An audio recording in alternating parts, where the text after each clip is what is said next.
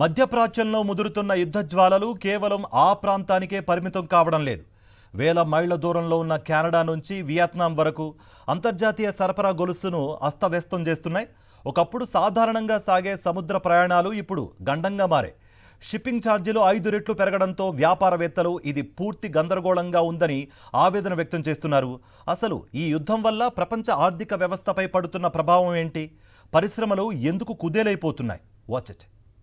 మధ్యప్రాచ్యం అంటే కేవలం చమురు మాత్రమే కాదు, అది ప్రపంచ వాణిజ్యానికి గుండెకాయ.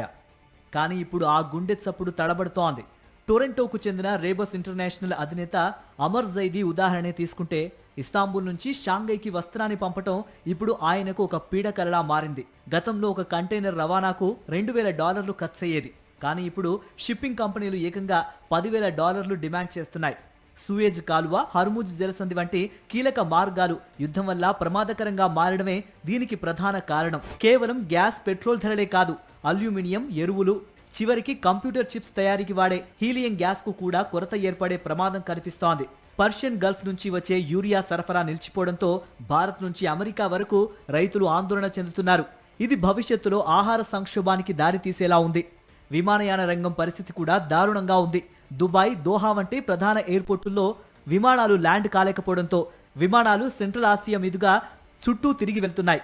దీనివల్ల ఇంధన ఖర్చు పెరిగి వియత్నాం నుంచి అమెరికాకు వెళ్లే ఎయిర్ ఫ్లైట్ ఛార్జీలు భారీగా పెరిగాయి. ఆర్థిక నిపుణులు ఇప్పుడు స్టాగ్ఫ్లేషన్ ముప్పు పొంచి ఉందని హెచ్చరిస్తున్నారు. అంటే ఒకవైపు ఆర్థిక వృద్ధి మందగించటం, మరోవైపు నిత్యావసర ధరలు ఆకాశాన్ని తాకటం. ప్రపంచీకరణ ముగిసిపోయిందని భావించిన వారికి ఈ సంక్షోభం ఒక గట్టి పాఠం నేర్పుతోంది.